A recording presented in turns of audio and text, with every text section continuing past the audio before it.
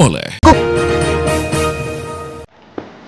Tim forensik Rumah Sakit Bayangkara Padang, Sumatera Barat mulai lakukan otopsi terhadap 2 kerangka korban pembunuhan tersangka SC alias Wanda yang ditemukan dalam sumur tua di Batang Anai, Padang Pariaman.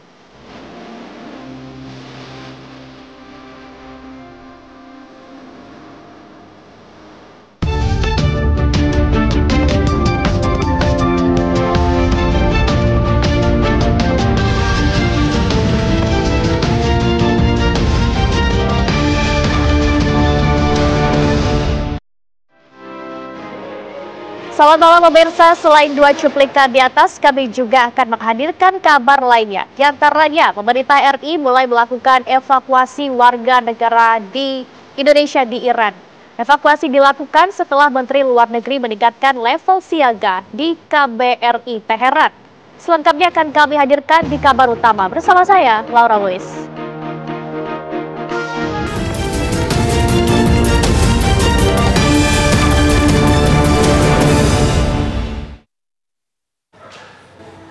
Presiden Amerika Serikat Donald Trump mengumumkan AS telah menyerang 3 fasilitas nuklir Iran, Fordow, Nayanz, dan Isfahan. Ikut campurnya Amerika Serikat membuat konflik Iran-Israel semakin memanas.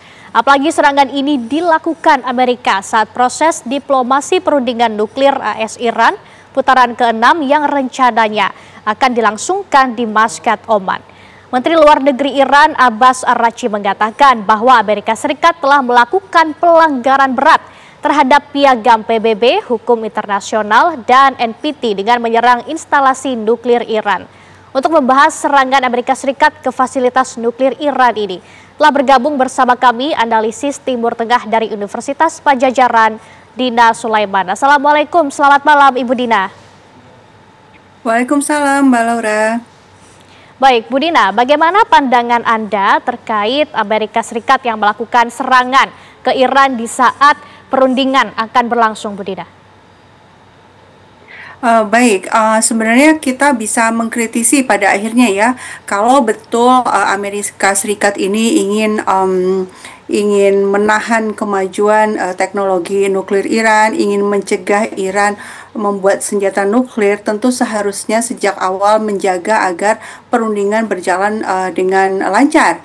Tapi justru memberikan lampu hijau, meskipun tidak mengakui terus terang ya, memberikan lampu hijau kepada Israel untuk menyerang Iran di tanggal 13, padahal sudah dijadwalkan ada perundingan lanjutan untuk membahas nuklir Iran ini. Dan kemudian juga kalau betul ini Amerika Serikat ingin menghalangi pembuatan bom nuklir, mengapa reaktor nuklir Iran justru dibom?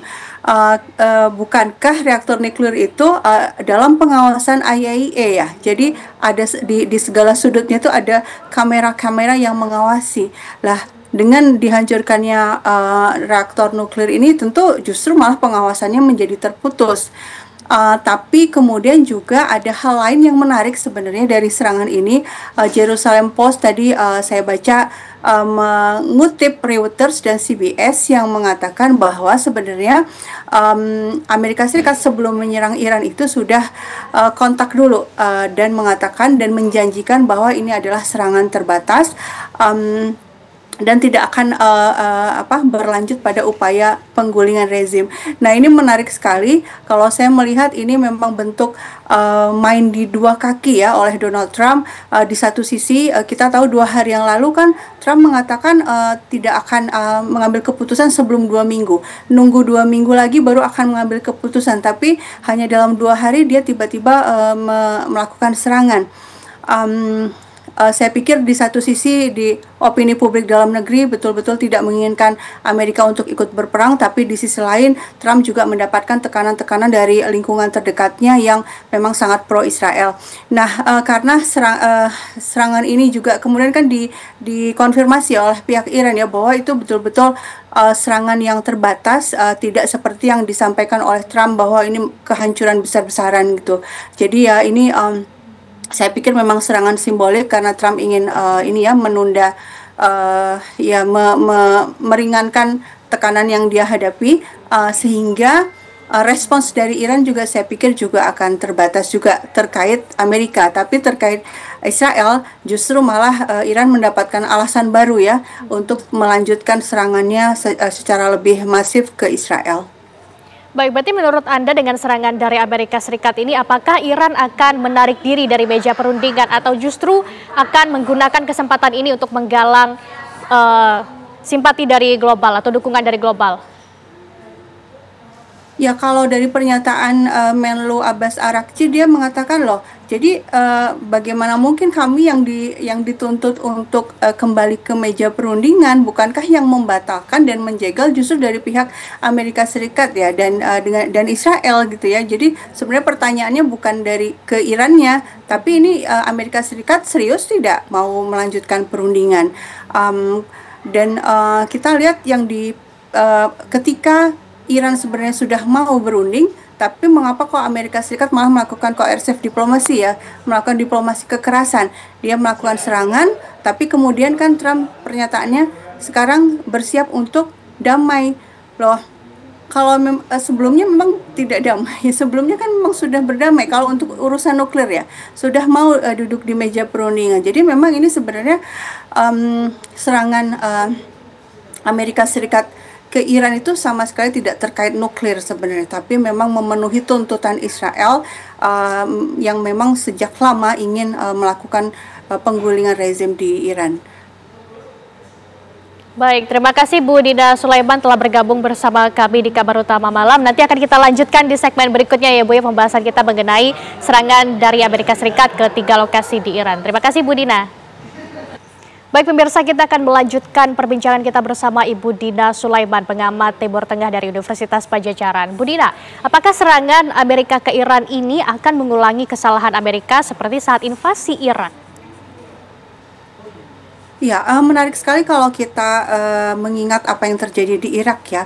Di tahun 81 itu Israel itu pernah juga menyerang proyek nuklirnya Irak. Nah, ini menarik sekali. Tuduhannya sama seperti yang sekarang dilakukan oleh Israel terhadap Iran.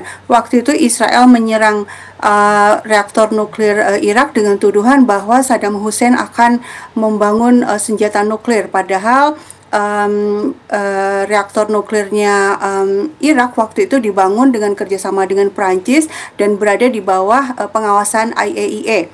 Nah, lalu waktu itu sebenarnya apa motivasi Israel?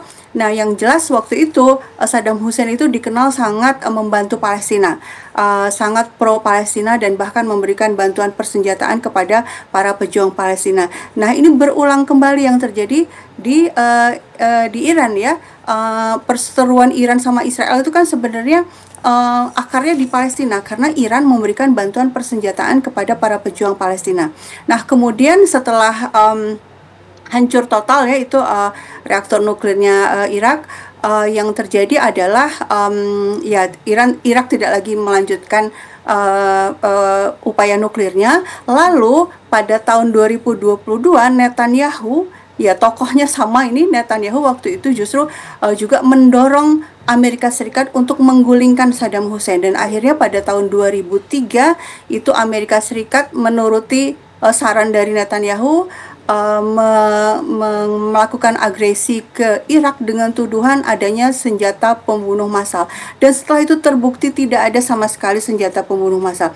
Sehingga ini menunjukkan bahwa kebijakan luar negeri Amerika Serikat sayang sekali itu sangat mengakomodasi tuntutan-tuntutan dari Israel. Nah, tapi sekarang kan aktornya berbeda ya. Irak jauh berbeda dengan Iran.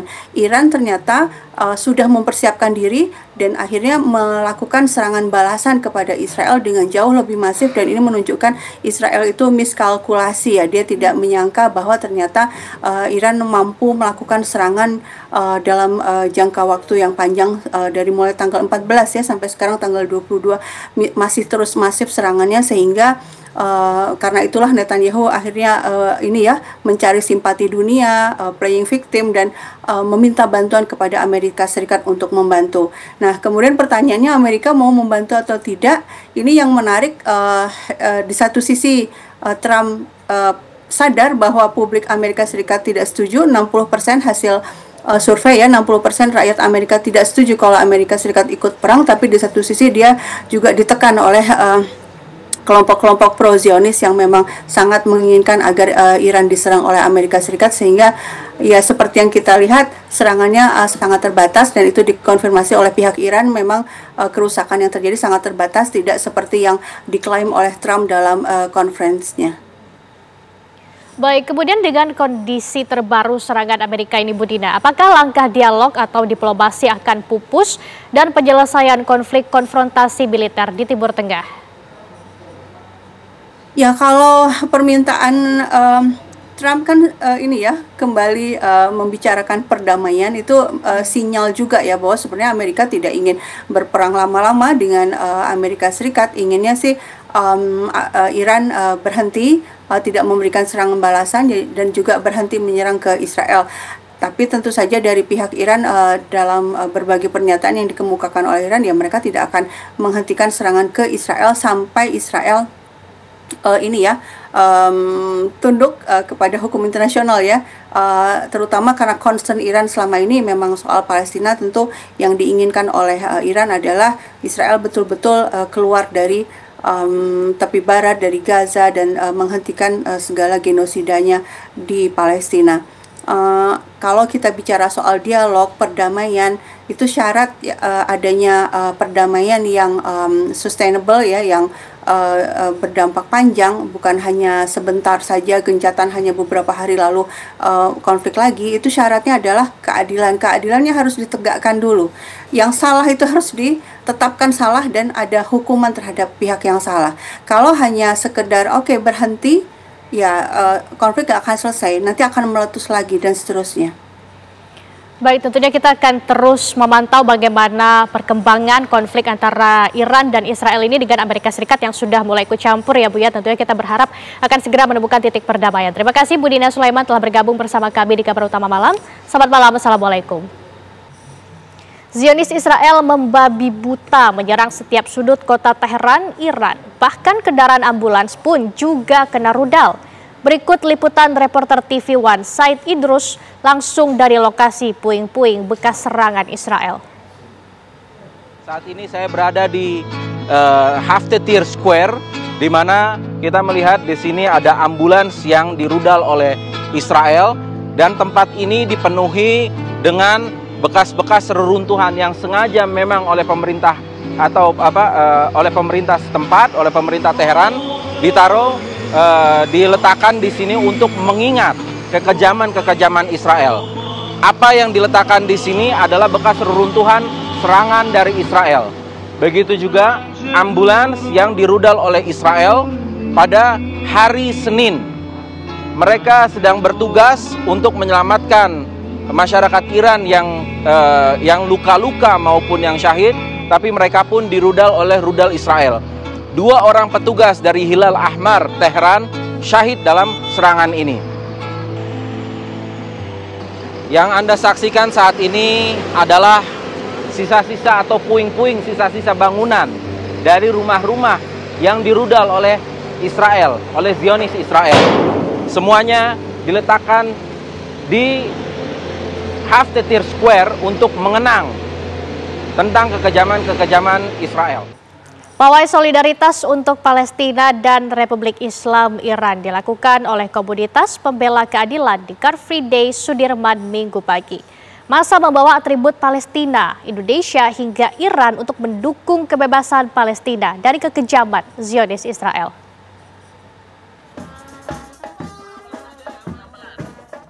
Komunitas pembela keadilan menyatakan dukungan kepada pemerintah Indonesia atas sikap pemerintah dalam mendukung hak Iran untuk membela diri atas perang Iran-Israel. Mereka juga berharap bahwa akan terus ada dukungan masif kepada Palestina agar terbebas dari penjajahan Israel. Massa terlihat antusias berkeliling rute Car Free Day sembari orasi dan melantunkan ayat suci. Pawai untuk menyatakan dukungan kepada pemerintah Indonesia yang pada saat penyerangan Israel ke Iran, sejam setelah itu pemerintah Indonesia sudah menyampaikan dukungan terhadap hak Iran untuk membela diri. Kita berharap ada dukungan masif dari rakyat Indonesia untuk kemenangan Palestina, selalu mendukung untuk kemerdekaan dan kebebasan Palestina dari penjajahan Israel. Masa komunitas pembela keadilan juga menuliskan petisi dukungan kepada Palestina atas genosida yang terjadi. Masa berharap konflik yang terjadi antara Israel-Palestina maupun perang antara Iran-Israel segera berakhir.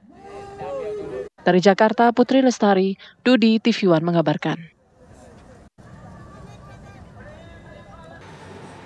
Penyidik Polres Padang Pariaman terus melakukan pendalaman terhadap SJ alias Wanda, pelaku pembunuh berantai di Padang Pariaman, Sumatera Barat. Dari keterangan terakhir, pelaku mengaku membunuh dan memutilasi korban di tempat kerjanya di kawasan Batang Anai, Kabupaten Padang Pariaman. Pengungkapan misteri pembunuhan berantai di Padang Pariaman masih terus didalami penyidik Polres Padang Pariaman. Sejauh ini, pihak Polres telah melakukan pengembangan dengan menemukan fakta-fakta baru. Dari keterangan terbaru pelaku kepada penyidik, terungkap ia membunuh dan memutilasi korban di tempat kerjanya di kawasan Batang Anai. Sebelumnya, pelaku mengaku membunuh korban di kawasan perkebunan di Nagari Sungai Buluah, Kecamatan Batang Anai, Kabupaten Padang Pariaman. Satreskrim Polres Padang Pariaman, Ibtu A.A. Regi menyatakan, pengungkapan ini terus didalami karena pelaku masih terus berkilah dan pengakuannya kerap berubah-ubah. Hingga saat ini, kepolisian sudah memeriksa 8 orang saksi. Saya memang dulu lokasi yang di Moro, dekat Moro Anai di arah. Tim forensik Rumah Sakit Bayangkara Padang, Sumatera Barat mulai melakukan otopsi terhadap 2 kerangka yang ditemukan di dalam sumur tua di Batang Anai, Padang Pariaman. Otopsi dilakukan untuk memastikan kerangka tersebut adalah korban pembunuhan dengan tersangka SJ alias Wanda.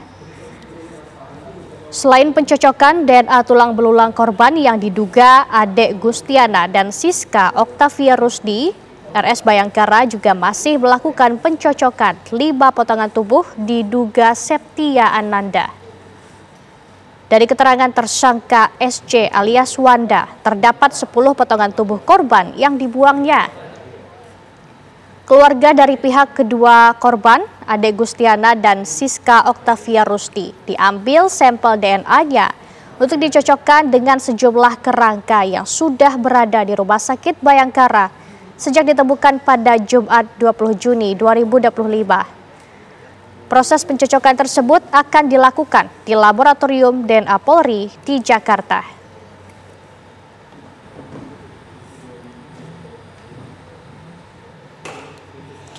Pemirsa, polisi menduga ada lebih dari 1 orang korban kasus korban mutilasi yang ditemukan di aliran Sungai Batang Anai, Padang Pariaman. Sementara keluarga korban masih syok dan mengikuti konseling atau trauma healing dari Dokes Polda Sumatera Barat.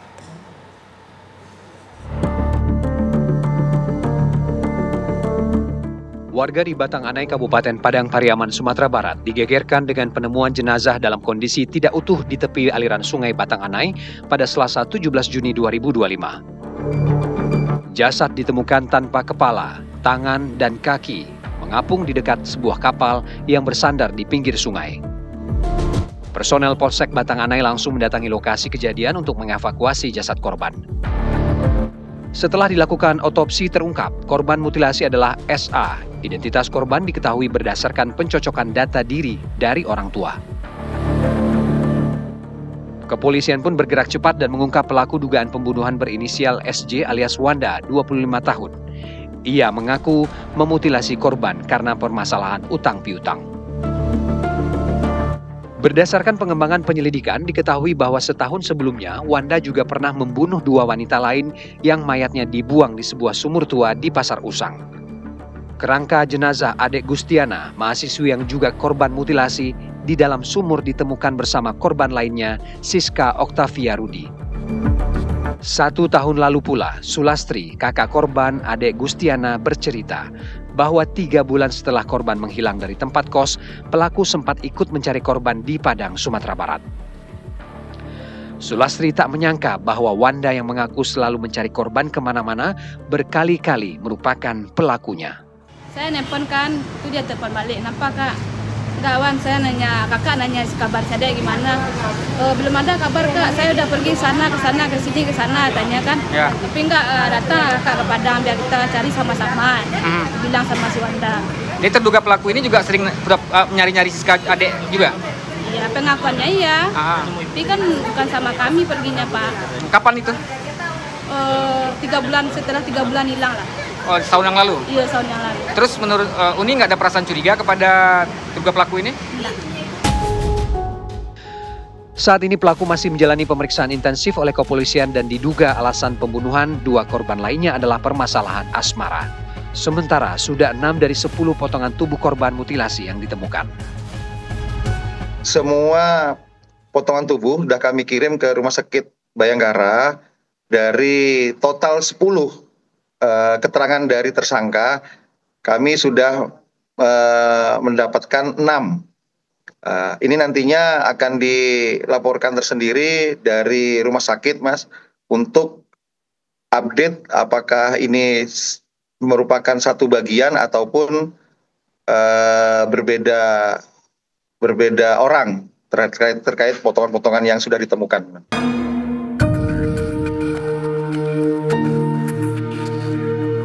Petugas Dokes Polda Sumatera Barat melakukan konseling kepada orang tua korban mutilasi di rumahnya di daerah Balahilir, Kecamatan Lubuk Alung, Kabupaten Padang Pariaman, Sumatera Barat.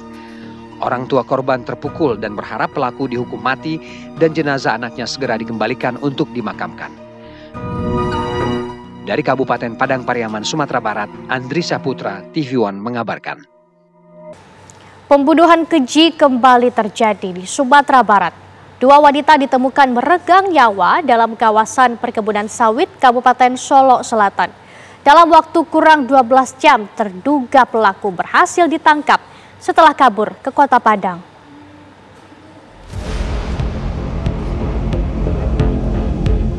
Jasad 2 wanita berusia 40 tahun ditemukan warga Nagari Abai, Kecamatan Sangir Batanghari, Solok Selatan di perkebunan sawit pada Jumat. Terduga pelaku berhasil ditangkap oleh tim Resmob Polda Sumbar saat berusaha kabur ke Kota Padang. Pelaku KB mengambil ponsel korban I yang terdapat aplikasi mobile banking. Kemudian pelaku KB kepergok telah memindahkan sejumlah dana ke rekeningnya. Awalnya berujung damai karena KB berjanji mengembalikannya. Namun karena tidak sanggup, KB menghabisi I dan temannya R di kebun sawit. Di tengah jalan bertemulah mereka di situ, terus terjadi perbincangan, ditagihlah. Ternyata pelaku ini masih belum bisa menyanggupi untuk membayar sisanya itu.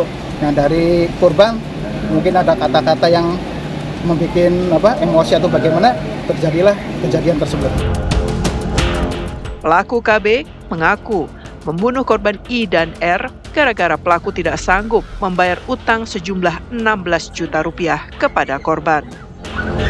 Dari Solok Selatan, Sumatera Barat, Wahyudi Agus, TV One mengabarkan. Kita ke kabar lain pemirsa, puncak perayaan HUT DKI Jakarta ke-498 digelar malam ini di lapangan Banteng, Jakarta Pusat. Ribuan warga Jakarta akan dihibur dengan pertunjukan budaya hingga hiburan dari musisi terkenal tanah air.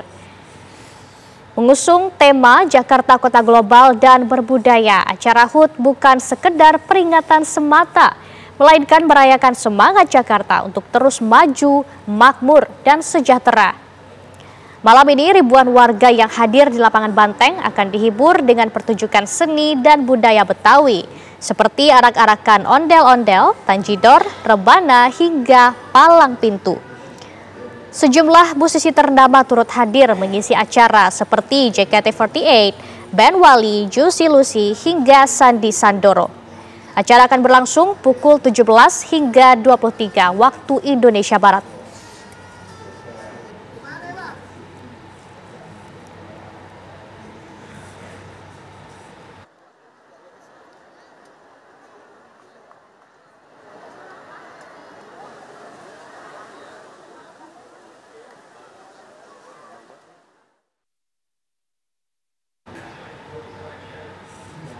Kemudian bagaimana kemeriahan puncak perayaan HUT DKI Jakarta ke-498 di lapangan Banteng? Kita bergabung dengan Yulinda Tridewi. Yulinda, kami penasaran bagaimana kemeriahan suasana di sana. Ya Laura, betul sekali, saat ini saya berada di lapangan Banteng Jakarta Pusat. Kalau misalkan Anda bertanya bagaimana kemeriahannya, tentu ini meriah sekali ditandai dengan banyaknya masyarakat Jakarta yang hadir ke lapangan Banteng pada malam hari ini untuk menonton pertunjukan musik dan pertunjukan lainnya. Kalau misalkan saya bisa sebutkan, tadi ada beberapa band yang sudah tampil, begitu ada Juicy Lucy, kemudian juga ada JKT48, Diskore, dan masih banyak lagi. Dan nantinya kemeriahan penutupan ini akan ditutup oleh pesta kembang api pada pukul 23.00 waktu Indonesia Barat. Nah, kondisinya di sini memang ramai sekali ya, dari berbagai masyarakat, mulai dari orang dewasa, kemudian juga remaja dan kelompok keluarga yang membawa anaknya untuk melihat dan memeriahkan HUT Jakarta yang ke-498 pada malam hari ini di lapangan Banteng. Tentunya memang di sini juga kalau misalkan bisa kami gambarkan di belakang, ini banyak sekali tenan makanan, begitu bazar, begitu ada makanan ringan hingga makanan berat. Pemirsa juga tidak perlu khawatir kalau misalkan nantinya akan datang ke sini untuk menikmati kemeriahan di HUT DKI Jakarta pada malam hari ini. Tentunya juga Laura dan juga pemirsa tidak perlu khawatir karena memang untuk transportasi menuju ke lapangan Banteng sendiri ini sangat terjangkau dan mudah. Nantinya memang ada beberapa rute dari Transjakarta ini yang beroperasi selama 24 jam. Tentunya di beberapa rute seperti koridor 1 yang melayani Blok M Kota, koridor 2 dan koridor 3. Dan tentunya juga di sini dihimbau kepada para pengunjung yang masih akan terus berdatangan ke lapangan Banteng untuk tetap memperhatikan barang bawaan dan sampah jangan sampai berserakan. Sementara saya kembalikan ke Anda di studio, Laura. Baik, terima kasih atas laporan Anda, Yulinda Tridewi. Selamat malam, selamat beraktivitas kembali. Mayat dua wanita korban pembunuhan berinisial I dan R ditemukan di kawasan perkebunan sawit di Nagari Abai, Kecamatan Sangir Batanghari, Kabupaten Solok Selatan, Sumatera Barat. Kurang dari 12 jam pelaku pembunuhan berhasil ditangkap tim Resmob Polda Sumbar setelah kabur ke Kota Padang. Pelaku berinisial KB mengaku penyebab membunuh kedua korban gara-gara ia tidak sanggup membayar utang kepada korban.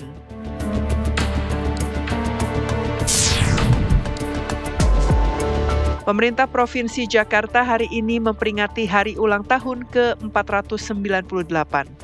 Pada upacara di Silang Barat Monas, Jakarta Pusat digelar sejumlah atraksi kesenian Betawi serta pertunjukan seni yang menampilkan sejarah kota Jakarta. Tema ulang tahun yang diusung di tahun 2025 ini adalah Jakarta Kota Global dan Berbudaya. Dalam pidatonya, Gubernur Jakarta Pramono Anung bertekad melanjutkan pembangunan Jakarta dengan melibatkan partisipatif aktif dari masyarakat Jakarta, serta berupaya melanjutkan pembangunan Jakarta menuju kota global yang berbudaya. Tim TV One mengabarkan.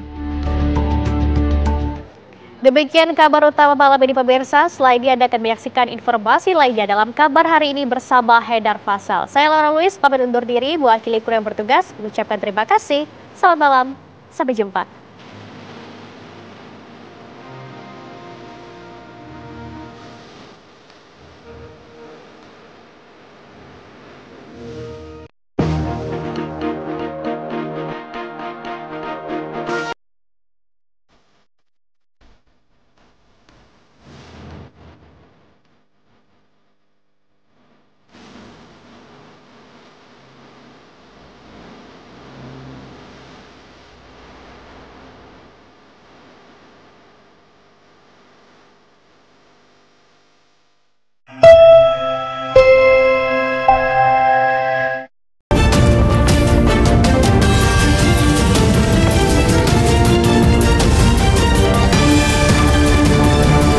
Didukung oleh Sarung Al Samsi.